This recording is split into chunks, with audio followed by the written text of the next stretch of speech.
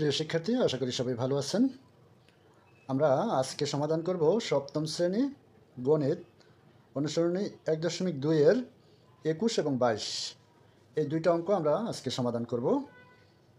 এর আগের অঙ্কগুলো আমি আমার চ্যানেলে আগের ভিডিওতে দিয়েছি, আপনারা যারা না দেখছেন সেখান থেকে দেখে নেবেন, আর যারা আমার চ্যানেলে নতুন তারা চ্যানেলটি সাবস্ক্রাইব করে নেবেন পরবর্তী ভিডিওগুলো পাওয়ার জন্য। তো তাহলে চলুন আমরা শুরু করি। 21 নম্বর বলা আছে, দুটি ক্রমিক সংখ্যার বর্গের অন্তর 37 হলে সংখ্যা দুটি নির্ণয় করো। দুটা ক্রমিক সংখ্যা মানে হলো কি, আমরা যেভাবে 1 2 3 4 5 6 7 8 9 10 এভাবে লিখি, তো এরকম যেমন 2 3 বা 4 5 এই ক্রমিক মানে একটার পর একটা, এখানে কোনো ইয়া থাকবে না, পার্থক্য বা গ্যাপ থাকবে না। তো এরকম পাশাপাশি দুইটা সংখ্যা যার বর্গের অন্তর 37, তা ওই সংখ্যা দুইটা আমাদেরকে নির্ণয় করতে হবে। তাহলে আমরা এখানে সমাধানটা করতে হবে। মনে করি একটি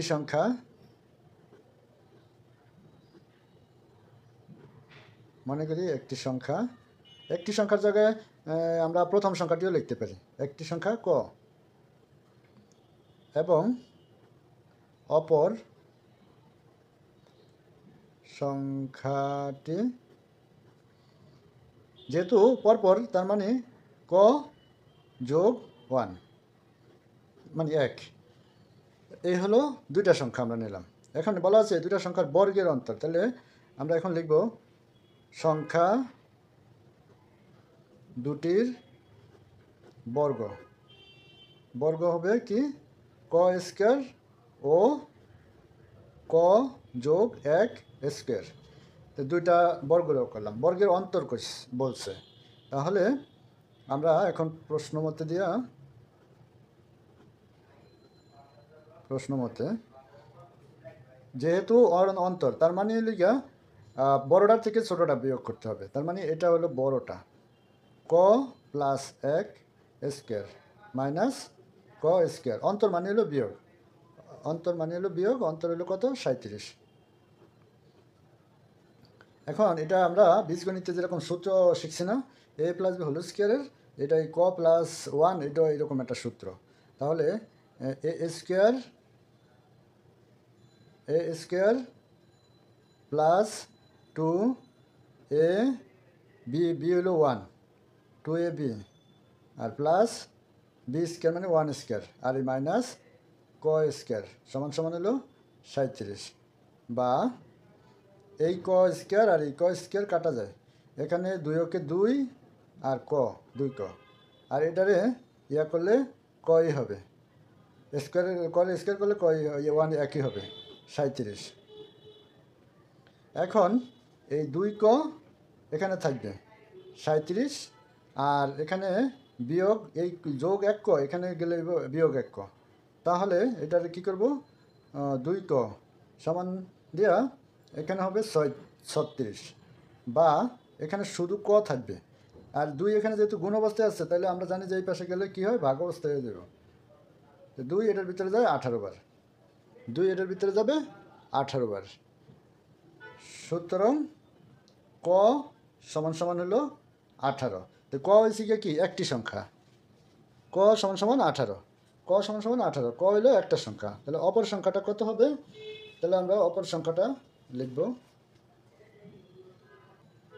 আচ্ছা, তাহলে এখানে সুতরাং একটি সংখ্যা হবে 18 এবং অপর সংখ্যাটি হবে 19। কেন হবে 19? ওই যে 18-র সাথে 1 যোগ করতে হবে, কারণ এটার পরে ক যোগ 1। এটা আমরা যদি এভাবে দেই, যে এটা সরাসরি এভাবে না দেওয়া, যে ক যোগ 1, তো কর মান কত, নিচে দিয়ে দিই, কর মান কত 18 যোগ 1, এই 18-এর 1-এ কত হয় 19। এবার বুঝতে পারছেন আশা করি। হ্যাঁ, আমি সরাসরি না দিয়ে এখানে একটু ইয়ে করে দিলাম। তো উত্তর হবে 18 ও 19, এই দুইটা হলো আমাদের দুটি ক্রমিক সংখ্যা। এই দুটা যদি আপনারা চান, এই দুটার বর্গ মানে 19-এর বর্গ থেকে 18-এর বর্গ বিয়োগ করলে 37 পাবেন। তো গেল এটা। আর এরপরে আমরা করব 22 নম্বর অঙ্কটা।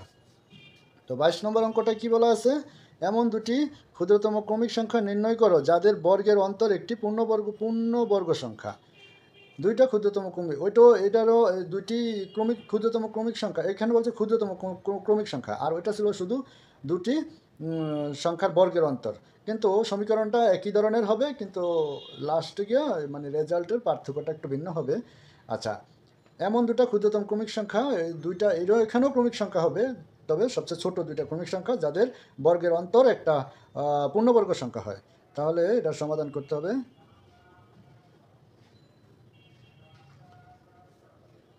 মনে করি প্রথম সংখ্যাটি ক ধরলাম, ওই একই রকম। তারপরে দ্বিতীয় সংখ্যাটি ক যোগ 1। এবার আমরা লিখব যে সংখ্যা দুটির বর্গ, যেহেতু বলা হয়েছে যে বর্গের অন্তর, সংখ্যা দুটির বর্গ, এখানে ক স্কয়ার এবং ক যোগ 1 স্কয়ার। তো এইখানে সংখ্যা দুটির বর্গ হলো এটা। এবার বলা হয়েছে বর্গের অন্তর।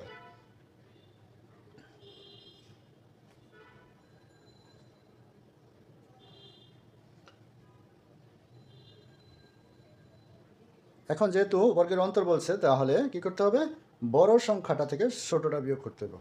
তাহলে প্রশ্ন মতে দিয়ে আমরা ওইভাবে করতে থাকি। প্রশ্ন মতে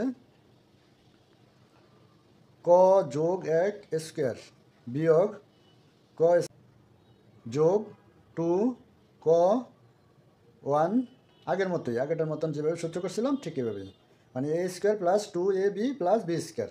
এটা হলো এ ধরবো, আর এটা হলো ধরতে হবে বি, মাইনাস আর এই ক স্কয়ার এখানে রইল, এটা আর এটা বিয়োগ করব, বা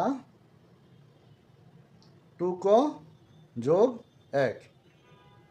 সুতরাং 2ক যোগ 1। এখন এই যে 2ক যোগ 1, এখানে আমাদেরকে কী করতে হবে, ক এর জন্য একটা মান ধরে নিতে হবে। হ্যাঁ, এখন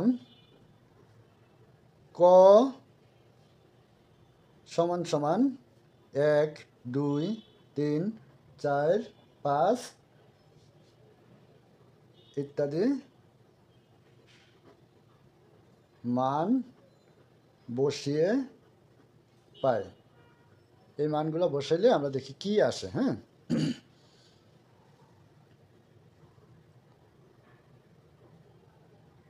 ক সমান সমান 1 হলে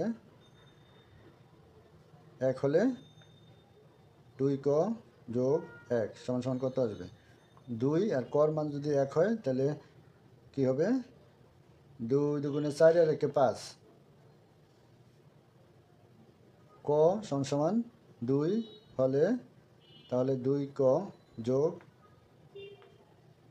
2 গুণ 2 যোগ 1, তাহলে কত, 2 2 সরি এখানে বলেছে তো, 2 2 2 আর 1 3 হবে এটা, আর 2 2 4 আর 1 এটা হবে 5।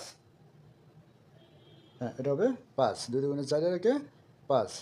এখন এখানে এই যে 5 বের হলো, এই যা পূর্ণবর্গ সংখ্যা নয়। আবার এখানে এর আগে যে 3 বের করছি আমরা, 3 যা এটাও একটা পূর্ণবর্গ সংখ্যা নয়।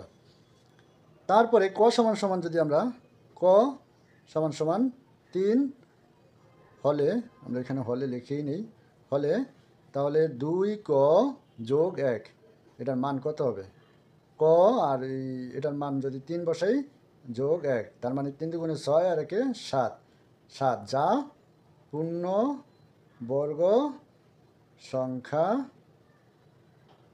নয়। ক সমান সমান 4 হলে 2ক যোগ 1, 2 4 যোগ 1, তাহলে 4 2 8 আর 1 9, যা পূর্ণবর্গ এটা সংখ্যা। এটা হলো পূর্ণবর্গ সংখ্যা। আর আগের যেগুলো ছিল এটা পূর্ণবর্গ সংখ্যা নয়, 3 ধরলে আবার 2 ধরলেও এটা পূর্ণবর্গ সংখ্যা নয়, 1 ধরলেও তো নয়। তাহলে সুতরাং ক্ষুদ্র তম একটি একটি সংখ্যা বা প্রথম সংখ্যাটিও লিখতে পারি আমরা। একটি সংখ্যা 4 ধরছি মতনে এটা পূর্ণবর্গ হচ্ছে। আবার দ্বিতীয় সংখ্যাটি হবে, প্রথমটা যদি 4 হয় পরেরটা যদি 1 যোগ হইব তাহলে 5। এখন এই জিনিসটা আমি একটু বুঝিয়ে দিই। 5-এর স্কোয়ারে বর্গ করলে কত? 25। আবার 4-এর বর্গ করলে কত? 16। বিয়োগ করতে হইব, বিয়োগ করলে কত হয়? থাকে 9। 9-এর বর্গমূল করলে কত হয়? 3 3 9। তার মানে এই দুটার বর্গের বিয়োগফল যে হচ্ছে 9, সেটাও একটা পূর্ণবর্গ সংখ্যা। বুঝতে পারলাম আশা করি। আমার মনে হয় কারো এখানে কোথাও কোনো প্রবলেম থাকার কথা না। তো সুতরাং আমরা উত্তর লিখতে পারি কি, একটা সংখ্যা হলো গিয়া 4 এবং আরেকটা হলো গিয়ে কত? 5। এই দুটা পরপর সংখ্যা, ক্রমিক সংখ্যা, এবং এদের বর্গের বিয়োগফলও একটা পূর্ণবর্গ সংখ্যা। আশা করি বুঝতে পারছেন সবাই। তো আজকে এই পর্যন্তই। ধন্যবাদ সবাইকে।